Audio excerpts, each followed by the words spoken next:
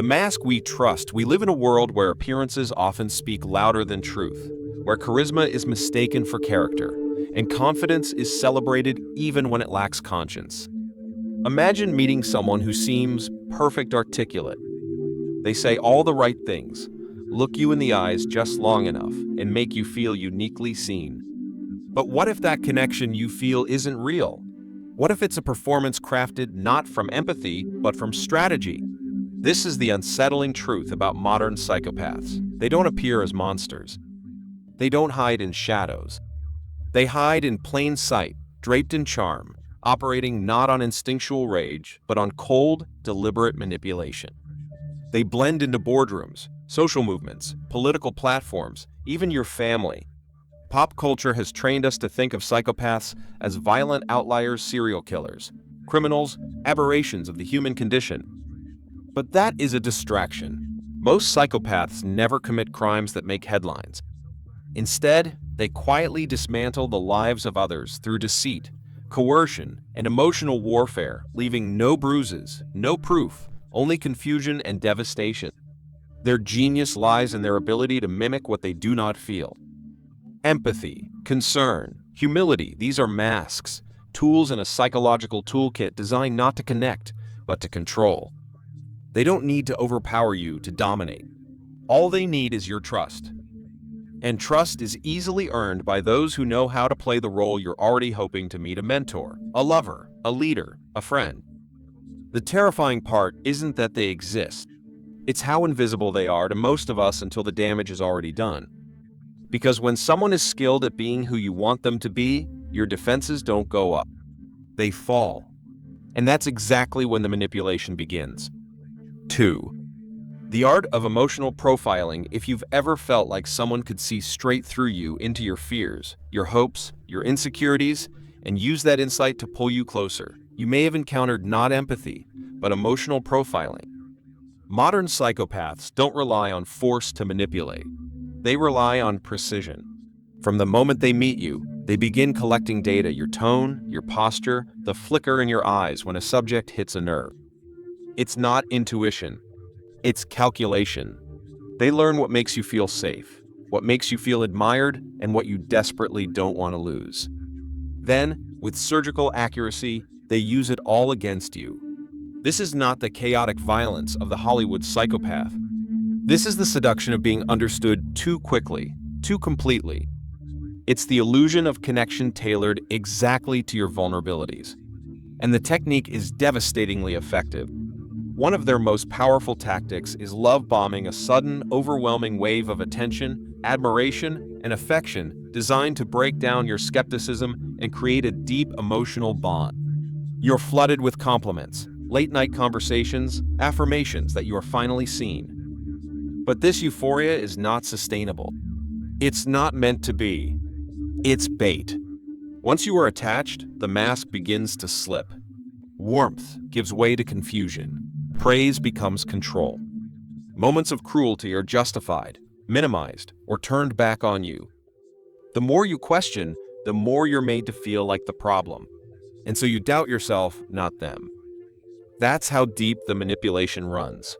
And then for the psychopath, that's the goal: not just to deceive, but to make you participate in your own unraveling. Over time, you begin to crave the person who hurt you, hoping the version of them you first met will return. But they never existed.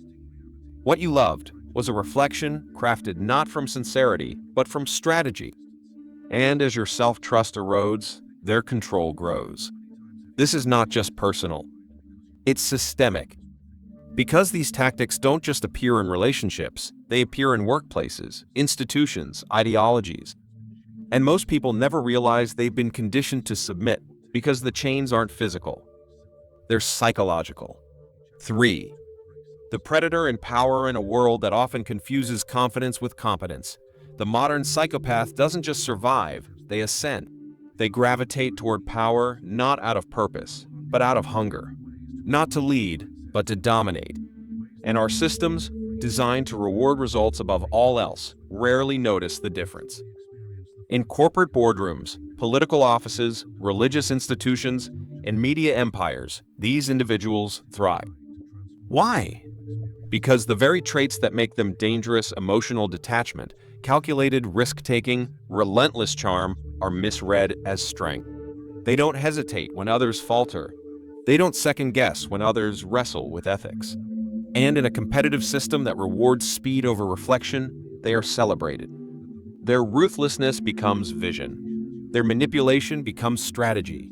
Their charisma becomes leadership. But behind the accolades is a different truth, a trail of broken loyalties, silenced dissent, and distorted narratives, all engineered to preserve their image and expand their control. They know how to play the long game. They cultivate allies strategically, eliminate threats quietly, and wear the armor of indispensability. And if their tactics are exposed, they rarely crumble. They pivot. They rebrand. Because for them, exposure is not a crisis, it's merely a cue to adapt. And while ordinary people may be undone by shame or guilt, the psychopath feels none. They do not mourn relationships lost. They do not fear consequences. They move on without pause, already scripting the next act. What's most unsettling is that we often help them rise. We admire their boldness. We excuse their coldness as necessary. We mistake their lack of emotional depth for clarity. And in doing so, we enable them. Not because we're evil, but because we're conditioned to believe that power, by its very presence, must mean worth. But what if power has become a magnet for those least capable of wielding it with care? What if the structures we've built designed for competition, growth, and control are the very environments that elevate the emotionally void? These aren't just troubling questions. They're warnings. Because when power rewards manipulation over empathy, the predator doesn't need to hide. They're handed the keys. 4. The culture of complicity. If you want to understand how modern psychopaths succeed, don't just study them, study the stage they perform on. Because a predator needs not just prey, but an audience willing to cheer. And in many ways, we've become that audience. Modern culture is saturated with the glorification of dominance. We celebrate the disruptor, the maverick, the one who bends the rules to win. We admire wealth, even when we don't know how it was earned. We idolize figures who rise fast and fall hard, as long as they entertain us on the way up. And the traits we elevate, confidence, ambition, charm, are often the very traits psychopaths have mastered. Media narratives play a crucial role. Television and film romanticize the anti-hero, the cold strategist, the emotionless genius, the manipulative mastermind. These characters fascinate us, and in doing so, they desensitize us. They blur the line between strength and cruelty, between control and care. We begin to see manipulation as intelligence, detachment as wisdom. And when those traits appear in real life, we already have a framework to admire them. But the danger doesn't end there. Our institutions, corporations, political systems, even educational structures often reward results at the expense of ethics. The message is subtle but clear: win first, justify later. In such a landscape, the modern psychopath doesn't just blend in, they outperform. They know how to weaponize narratives, how to curate identity, how to extract value from people and discard them without hesitation. And most of all, they know that the system will rarely hold them accountable, especially if their performance remains polished. What's most alarming is not their behavior, but our response to it. When someone raises a concern, we ask for proof. When victims speak up, we question their motives. When patterns emerge, we call them coincidences. We've built a culture that doubts the intuitive and defends the charming. And that's exactly the world the modern psychopath needs, a world where appearance trumps truth, and silence is safer than confrontation. But what happens when enough people begin to see behind the mask? What happens when awareness begins to spread faster than the illusion? That's the shift we'll explore next. 5. The cracks in the mask. The most skilled manipulators cannot maintain perfection forever. The mask, no matter how polished, eventually cracks. And for those who are paying attention not just to what is said, but to what is felt, these fractures reveal more than words ever could. One of the first red flags is inconsistency. Psychopaths are excellent storytellers, but their narratives shift. They change details to suit different audiences. They contradict themselves subtly, expecting you not to notice. But the human mind, especially one grounded in intuition, often detects what logic overlooks: a quiet discomfort, a sense that something isn't adding up. Another sign is how they treat those they believe are beneath them. Watch how they behave toward people who hold no power: waitstaff, assistants, strangers. A psychopath's charm is selective. It vanishes when there's nothing to gain. Their kindness, always transactional, is never freely given.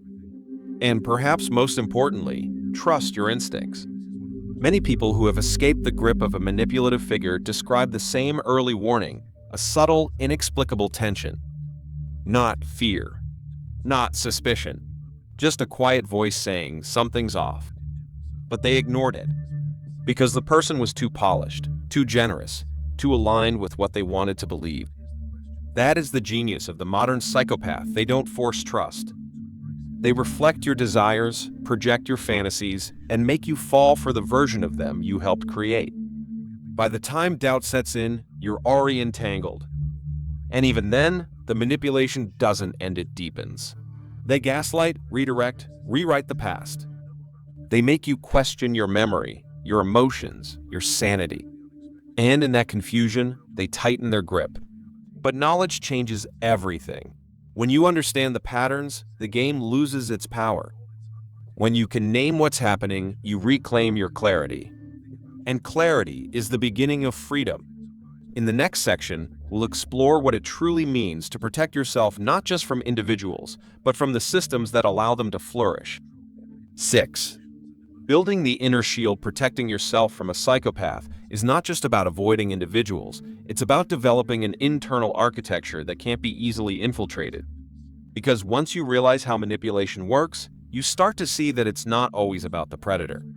Sometimes it's about the silence of the room they're in, the bystanders, the culture, the systems that watched and said nothing. And so, the first defense isn't external, it's awareness. True awareness. Not suspicion, not paranoia, but a calm, grounded clarity about how some people function without conscience. It begins by letting go of one of our deepest assumptions: that everyone feels guilt, remorse, or empathy. Some don't, and they never will. Accepting this truth is uncomfortable, but it's also liberating, because it shifts your expectations. It makes you more observant, less naive. You stop judging others by your own emotional framework. And when someone behaves without integrity, you don't waste time explaining it away. You see it, you name it, and you act. The second defense is emotional regulation. Psychopaths feed on reactivity. The more emotionally volatile you are, the easier it is to steer you. If they can provoke you, they can redirect the narrative. But when you remain steady, when you learn to sit with discomfort, to question your reactions before expressing them, you deny them the leverage they seek. In stillness, you become unpredictable to them, and unpredictability weakens their control. The third line of defense is boundaries. Clear, firm, unapologetic. Not walls built from fear, but doors with locks, so you choose who enters and who doesn't. Boundaries aren't just protection from others. They're a signal to yourself that your energy, time, and attention are sacred. And sacred things are not handed over lightly. These three forms, awareness, regulation, and boundaries, create an internal shield. And once that shield is in place, the predator loses interest. Because you no longer offer what they seek: access without resistance, manipulation without consequence, and validation without discernment. But as we'll explore next, the real battle isn't just personal. It's systemic. Because when entire cultures reward psychopathic behavior, protecting yourself is only the beginning. Changing the system, that's the real revolution. 7. When psychopathy becomes culture, most people think of psychopaths as anomalies, dangerous individuals who must be identified and avoided. But what if the real danger isn't just in the individual, but in the environment that rewards their behavior? What if society, through its silent incentives, has begun to replicate psychopathic values on a collective level? Look closely at the systems that surround us. In many workplaces, employees are praised not for collaboration or compassion, but for winning at all costs. In politics, candidates rise not through integrity, but through manipulation of data, of image, of fear. In media, we are sold narratives that glorify self-interest, dominance, and emotional detachment as virtues. Over time, these values stop being strategies of survival and begin to feel like normal expectation. People start to adapt, not because they lack empathy, but because they've been shown that empathy slows them down, that vulnerability is weakness, that trust is naive. And this is how psychopathic traits become cultural norms, not through a grand conspiracy, but through repetition, through silence, through imitation. The result is a society where deception is strategic, relationships are transactional, and truth is always negotiable. Where emotional detachment is called professionalism, where ambition is praised even when it destroys others, where the ends not only justify the means they erase them. But perhaps the most disturbing shift is this: when people see that empathy gets them overlooked and manipulation gets them promoted, they begin to change not because they are born to harm, but because harm has become efficient. It's not that the world is full of monsters. It's that the design of the game has made playing with a conscience feel like a disadvantage. And once enough people adopt the rules, the culture changes. Not all at once, but gradually, invisibly, until we forget there was ever another way. But there is another way. And in the next section, we'll explore what it looks like to resist not just the psychopath, but the cultural architecture that keeps them in power. 8. The courage to disobey the game. You resist a system that rewards manipulation is to invite discomfort. It means choosing the longer path when shortcuts abound.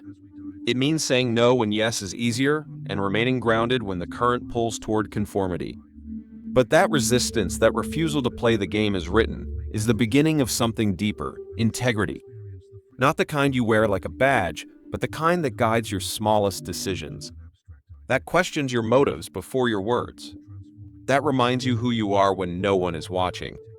In a world where psychopathic traits have been normalized, living with integrity is an act of rebellion. It's not passive. It's not safe. It requires strength, not the loud kind, but the quiet kind that holds its ground when everyone else is running toward the fire. The kind that keeps showing up with truth, even when truth costs you something.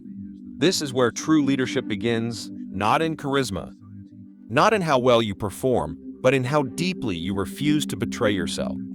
And when you lead this way, something begins to shift. Others feel it. Because even in a culture addicted to illusion, people still recognize what is real. Your presence becomes a mirror not for vanity, but for reflection. A space where others remember that kindness doesn't have to be weakness. That clarity doesn't have to come at the expense of empathy. That success doesn't have to mean stepping over others to rise. And here's the paradox: when you stop trying to win by their rules, you start creating new ones. You begin to attract what manipulation can't fabricate: trust, loyalty, depth. Things the psychopath cannot replicate because they require something they do not possess: a soul that chooses connection over control. But this path is not paved for you. It must be carved. And in the next section, we'll explore how to move through the world awake, how to walk through systems built on deception without becoming part of the machinery yourself. 9. Walking awake in a sleeping world. To walk through a world shaped by manipulation without becoming numb requires more than awareness, it requires presence. A constant return to clarity. A commitment to noticing what others ignore, to staying soft in a culture that demands you harden. When you begin to see through the illusions, you may feel alone. Because most people are still asleep.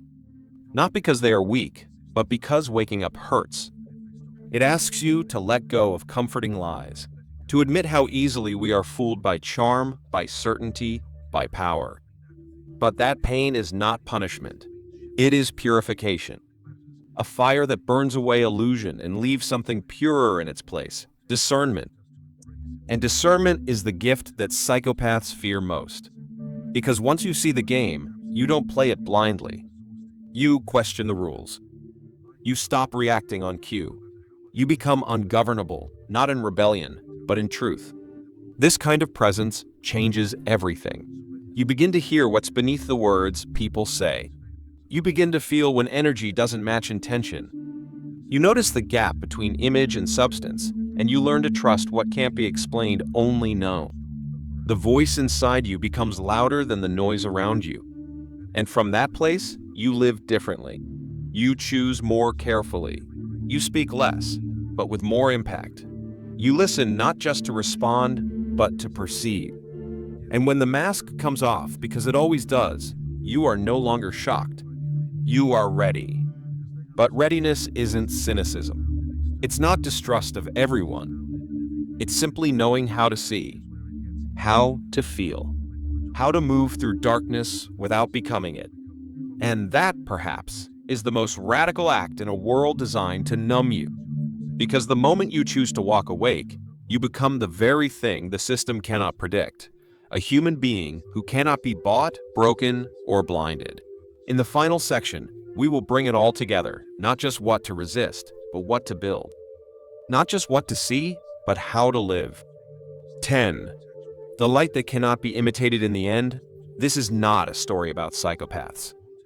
It's a story about power who seeks it, who is shaped by it, and who dares to hold it differently.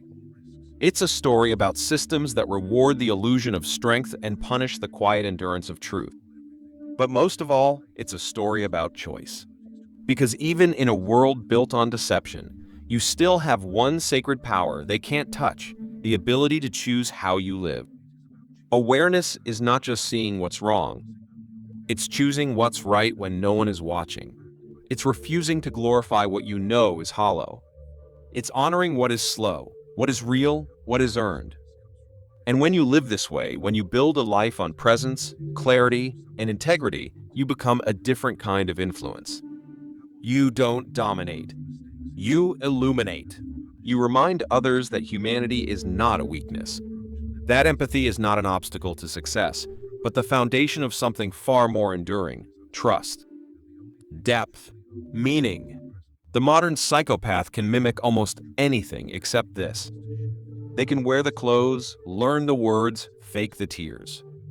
But they cannot fake soul. They cannot sustain love. They cannot inspire healing. And that is your power.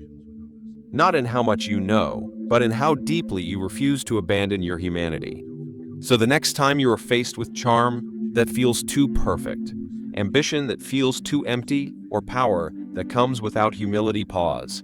Listen, not to the noise around you, but to the stillness within you. It knows. It always has. And from that stillness, make your choice.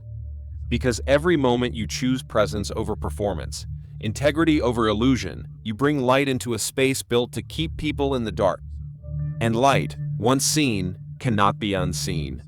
The illusion shatters. And those who depended on the darkness to rule have nowhere left to hide. So now the question is not whether they exist. It is whether you will see them. And once you do, what will you do with that truth? The world is waking up. Slowly, quietly, but undeniably. Will you wake up with it? If this message has stirred something inside, you don't let it fade. Share it. Speak it. Carry it. Because when we stop protecting illusion and start protecting each other, everything begins to change. And in that change, we don't just resist the psychopath.